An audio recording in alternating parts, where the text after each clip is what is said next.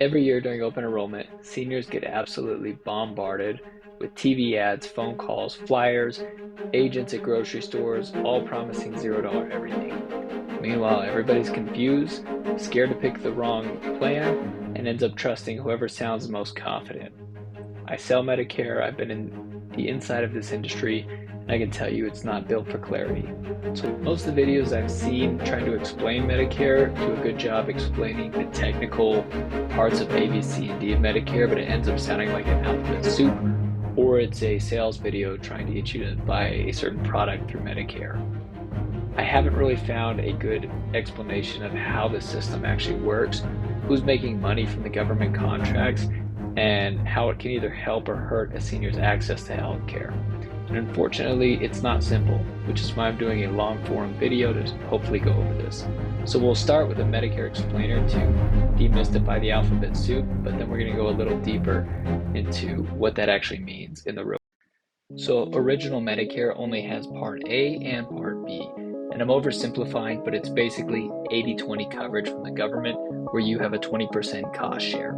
I've listed the full cost breakdown here so you can pause the video, but we've got a lot to cover, so I'm going to move forward.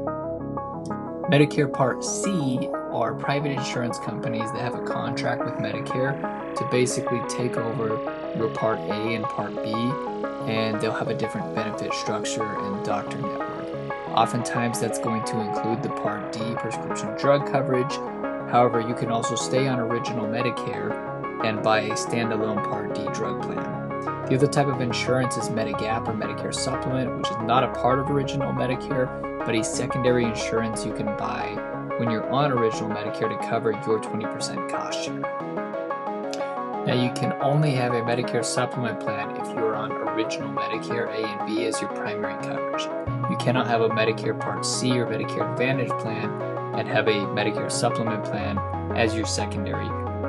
But you can have a Part D standalone prescription drug plan with original A and B Medicare and a Medigap or Medicare Supplement plan. You just can't combine it with a Medicare Advantage plan.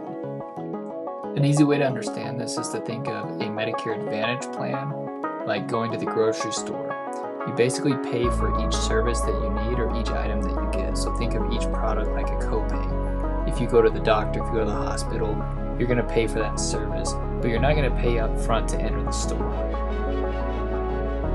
A lot of these plans have $0 or super low premiums. It's just a la carte, you pay for what you need. Oftentimes these come included with dental, vision, and hearing coverage, which are the top 3 things that original Medicare doesn't cover. Think of a Medicare Supplement plan like an all-inclusive luxury buffet. You pay an entry fee, you get in, and everything's included after that. In other words, if you have a very expensive medical procedure like a surgery, a chemotherapy, instead of a 20% cost share, you just pay that monthly premium, and you have 100% coverage for all those medically necessary events. Some of the downsides, though, are they do not include coverage typically for dental, vision, and hearing. And a lot of doctors love this because there is no insurance company, there's no red tape. It's literally just the government, A and B, that they're billing of Medicare. With the original Medicare and the Medicare Supplement route, there is some more strict times when you can and cannot enter the Medicare Supplement plans. What I'm talking about is something called guaranteed acceptance. You can always apply for a Medicare Supplement plan. However, if you do not have what's called guaranteed acceptance, where they are legally required to accept you in the plan, then they are able to just deny you into the plan or charge you a higher premium based on your medical history. And they do look at that. So right off the bat, when you turn 65 or when you start Part B of Medicare, you will have guaranteed acceptance. New to Medicare, your pre-existing conditions will not matter. You are guaranteed to be accepted into the Medicare Supplement plan. Outside of that, there's some few exceptions. If you move to an area where you were on an Advantage plan before and now you move to an area where there are no longer any Advantage plans available, then it's a new option for you and you'll have another guaranteed acceptance into the plan. Outside of that, there's very few limited exceptions. So this is the reason there's kind of a split between if you go the Medicare Advantage route or if you go the Medicare Supplement route, you're basically stuck in that lane. In a Medicare Advantage plan, you're going to have doctor networks because each private insurance company has contracted with the government. They get a residual fee when you enroll from the government, and then they use that fee to administer the healthcare costs. So when it comes to Medicare Advantage or Medicare Part C, there's basically two ways that the money flows. So one of them is called a fee-for-service model, and this is what most people think of when they think of insurance. You go to the doctor, you get a physical, you get a vaccine, you get XYZ service. The doctor puts that on a bill, sends that bill to the insurance company, and he gets a fee for each of those services. The problem is in that model, he's basically incentivized to put as many things on that bill as possible. So fee-for-service incentivizes lots of services to be billed.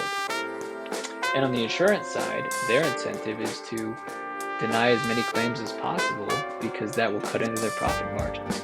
And so the incentive is not really aligned with health outcomes. It's more about cutting services or billing for services, depending on if you're the provider or the insurance company. The value-based care model is different, and this is a more innovative approach, and it's growing across the country.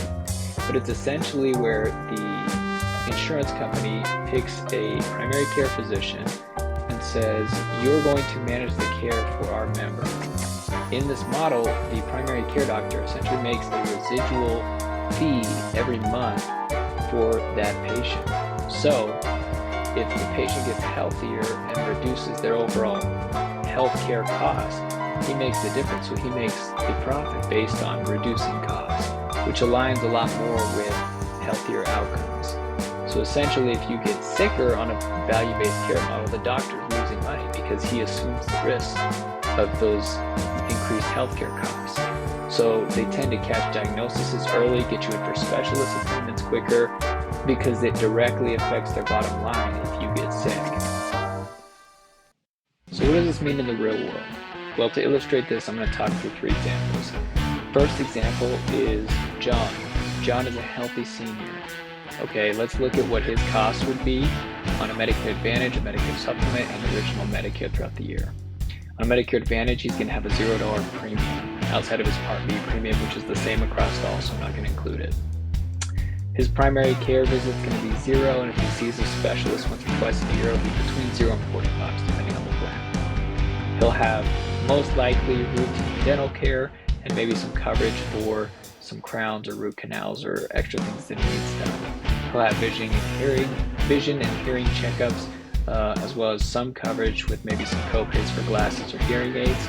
And he will have a max out of pocket of between $4,000 and $7,500. So if he's healthy, his total yearly cost will be maybe $300 to $800. It will really cover all of the supplemental dental, vision, hearing things that he needs. Probably give him a gym membership. Overall, he's going to do great on the Advantage plan. If he's on the original Medicare with a supplement plan, he's most likely going to pay between $150 to $200 a month for his supplement.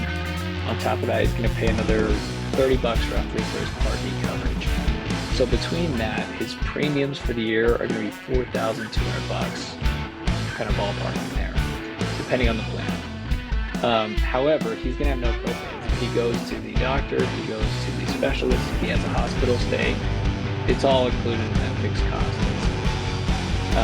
On top of that, though, he will have to pay for his dental, vision, hearing care separately. So if he had a crown or a root canal, that'd be an extra $1,000 or $1,500 on top of that.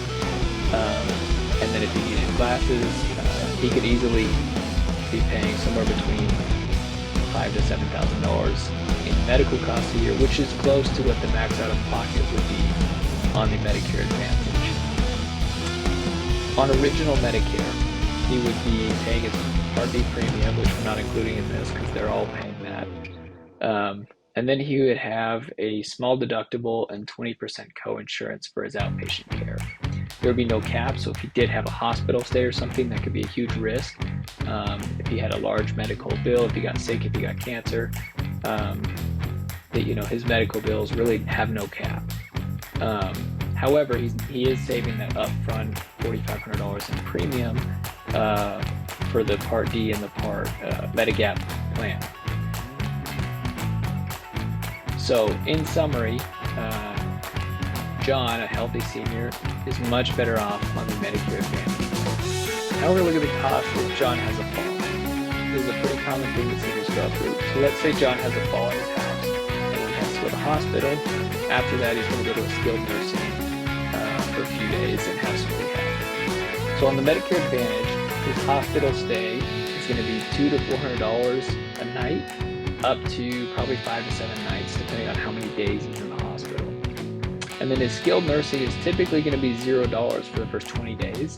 And then it'll be between $200 to $250 all the way through day 60 to 100 in there. Rehab, follow-up, physical therapy, you're going to have some standard co-pays, $0 to $50 for those, depending on his Advantage plan.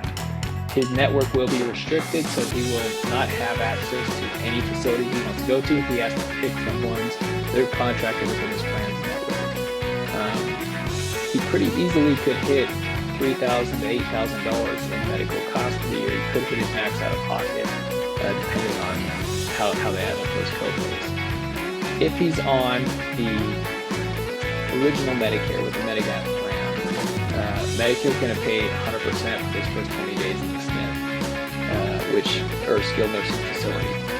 After that, day 21 to 100, he's going to have a $200 a day co-insurance, which his Medigap plan will pay. His hospital deductible is most likely going to be covered by his Medicare Supplement or Medigap plan, and so his total out-of-pocket copay is actually going to be close to $0 for that. It's basically all going to be covered in that premium cost. On original Medicare, if he's in the hospital and he hits his deductible, he'll cap at $1,600 for that hospital stay. Pretty close to what the Advantage plan would charge. If he goes in fact, he may even be less depending on how much they charge per day and how many days they charge. Then day 21 through 100 of the skilled nursing facility is going to be $200 a day. And this is where the Medicare Supplement plan really makes up in its value, because if he goes for that full 100 days in the skilled, that's $16,000 out of pocket versus paying $4,500 in premium. He would have saved roughly $12,000 being on the Medigap plan. Okay, and finally, let's look at what happens if John has cancer, he needs chemo, or he needs an open heart surgery. He needs a very large or costly medical service. So starting out Medicare Advantage.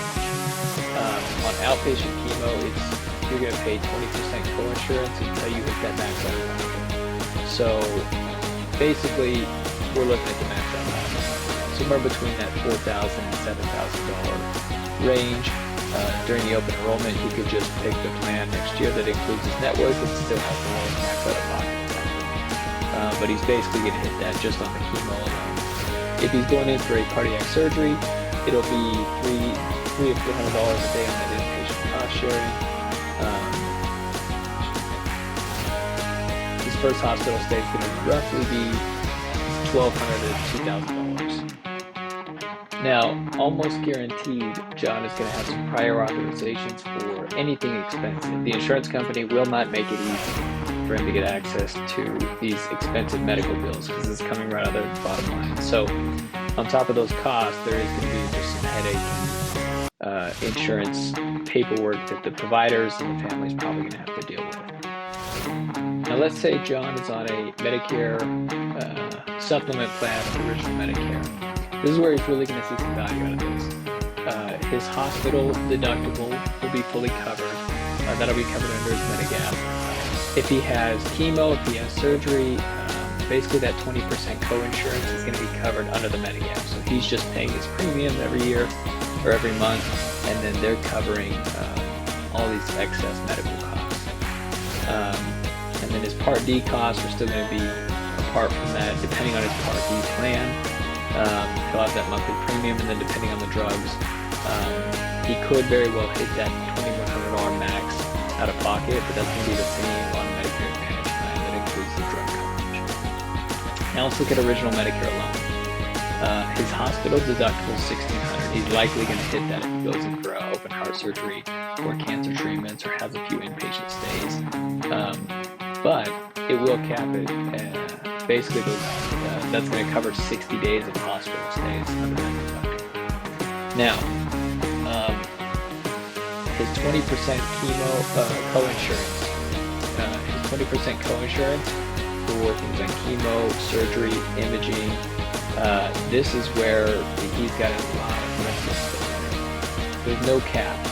So one of those major illnesses could be $15,000 to $30,000 or more in medicine